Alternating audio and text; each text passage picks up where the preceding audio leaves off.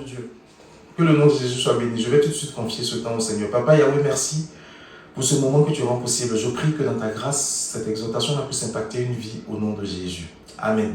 J'espère vraiment que l'exhortation de la dernière fois, sur la réponse à la question de la dernière fois par rapport à la consommation de l'alcool vous a fait du bien. C'est quelque chose qui est beaucoup négligé dans l'église parce que l'alcoolisme est quelque chose d'actif ou de passif que le chrétien s'autorise. Il se dit que ce n'est pas très grave. Et il ne se rend même pas compte qu'il détruit petit à petit le temple de Dieu. Et quand on aura des problèmes au foie, plus tard, on va invoquer ce même Dieu-là pour qu'il vienne nous guérir d'un cancer, d'une cirrhose de foie ou quelque chose de ce genre, alors qu'il nous demande de ne pas nous enivrer de vin. Et le verset que les gens aiment prendre, c'est que Paul a conseillé à Timothée de boire un peu de vin. Le contexte était qu'à l'époque, les eaux n'étaient pas forcément pures, aussi pures que chez nous ici actuellement. Et certaines bactéries se développaient parfois dans les eaux. Et pour ceux qui avaient des problèmes d'estomac, ça pouvait créer un problème. Donc Paul exhortait Timothée à boire de temps en temps de l'alcool pour qu'il n'y ait pas trop souvent des maux d'estomac. Donc quand on lit un passage avec lequel on veut convaincre les gens qu'on peut boire beaucoup d'alcool, il faut prendre en compte aussi le contexte. Amen. Donc faisons attention. Il nous a aussi posé la question de savoir si les excès de vitesse sont un péché. C'est les autorités qui ont établi les règles, qui ont établi les excès de vitesse. Donc si on dit de rouler à 50 km et la tolérance à 55, respecte cette tolérance-là. Dès l'instant où tu le dépasses, volontairement tu pêches, involontairement tu pêches. Et ça aussi, pour ça aussi, il faut se repentir. Mais on aura l'occasion d'en revenir. Nous sommes chrétiens et nous devons être exemplaires en tout point. Quand on conduit des voitures, on a nos enfants dedans. Et le comportement qu'on affiche dans notre conduite peuvent impacter aussi nos enfants qui vont faire pareil. Amen. Donc faisons attention à ce que nous disons, à ce que nous faisons quand nos enfants sont là, et surtout parce que nous sommes enfants de Dieu, faisons vraiment attention. Nous devons respecter les règles. Amen. Aujourd'hui, j'aimerais parler de quelque chose. Je ne vais pas être long. Je vais me fonder sur Matthieu 4, 1 à 8. Matthieu 4, 1 à 8, c'est là où on parle de la tentation de Jésus dans le désert.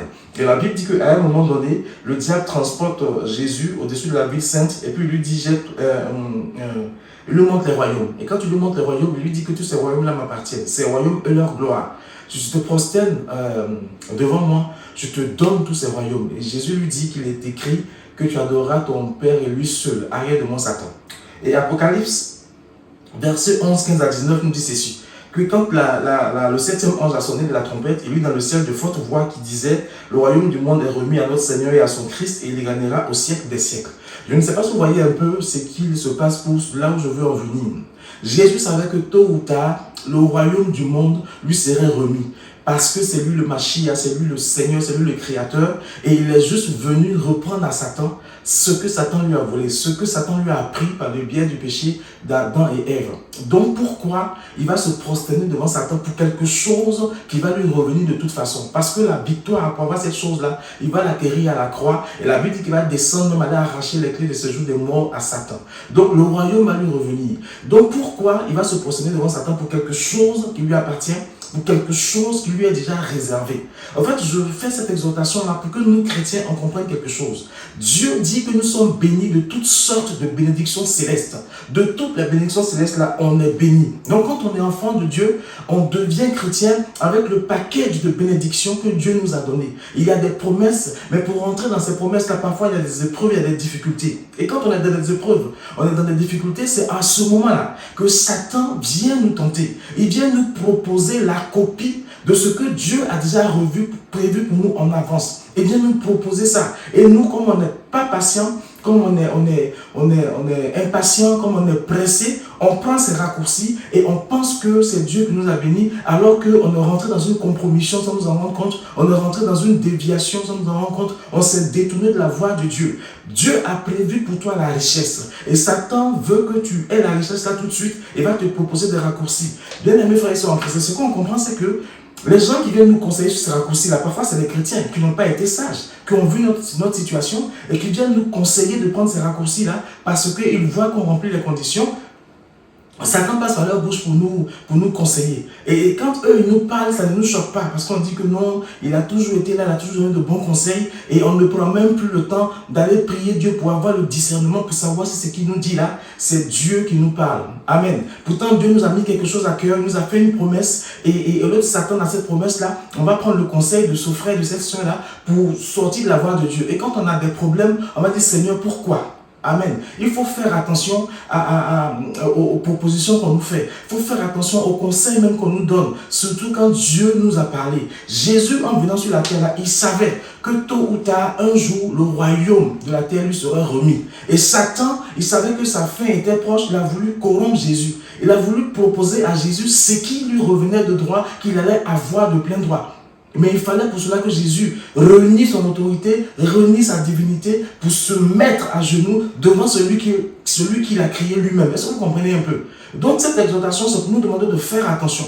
Satan vient à nous avec de beaux projets. Il vient à nous avec quelque chose qu'on a reçu sur le cœur parce que Dieu nous a dit. Mais lui, quand il vient à nous là, il vient avec la copie. Et quand il nous propose la copie, il nous propose la copie avec une corruption de nos âmes, avec une corruption de notre identité qui va faire que désormais c'est lui qui va nous influencer et on va sortir petit à petit de la volonté de Dieu. Quand Dieu nous fait une promesse, il sait pourquoi il faut attendre. Jésus aurait pu ici là, venir comme ça et puis arracher le royaume. Il est Jésus quand même. Mais il fallait qu'il passe par les étapes. Il fallait qu'il passe par le reniement. Il fallait qu'il passe par la croix. Il fallait qu'il passe par la mort. Afin que, quand le royaume sera remis, cela lui soit remis de plein droit. Amen.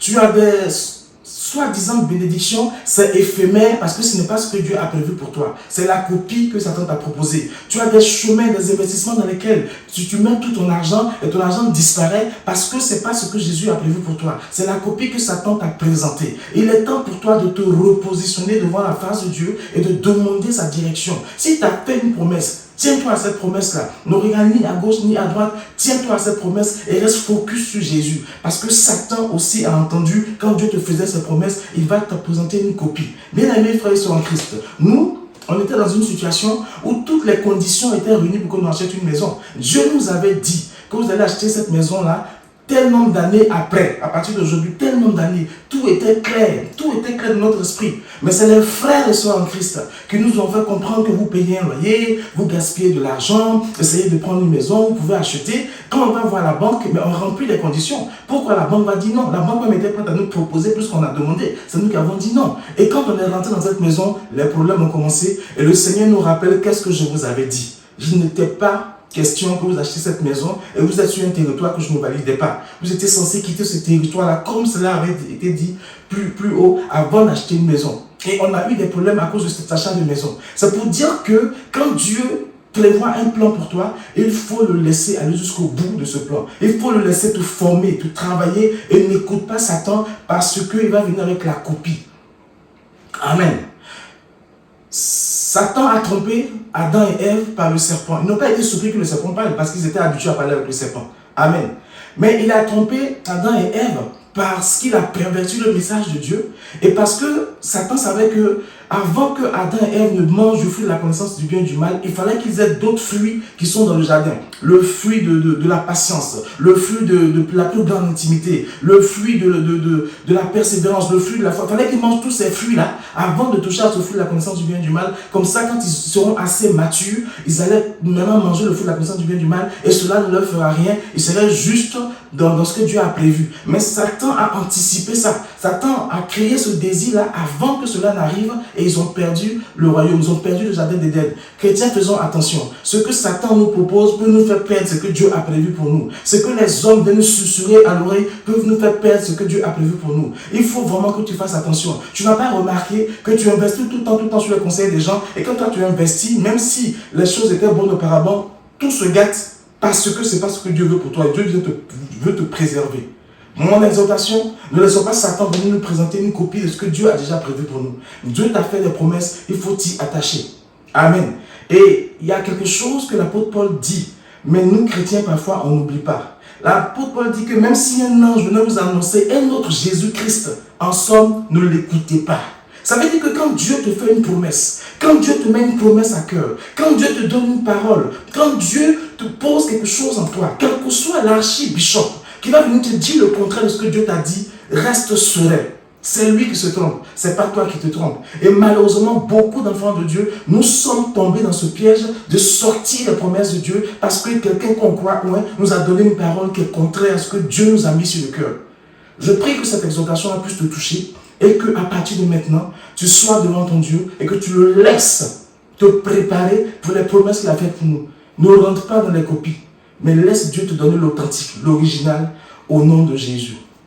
Sois béni et je prie que cela puisse te parler et que si cela te plaît, si cela t'a parlé, tu puisses aussi le confier à quelqu'un à qui ça va faire du bien. Shalom, shalom, et on se retrouve une autre fois pour notre exhortation. Que Dieu vous bénisse. Souvenons toujours que Yahvé Sabaoth, l'Éternel des armées, c'est notre papa. Amen, amen.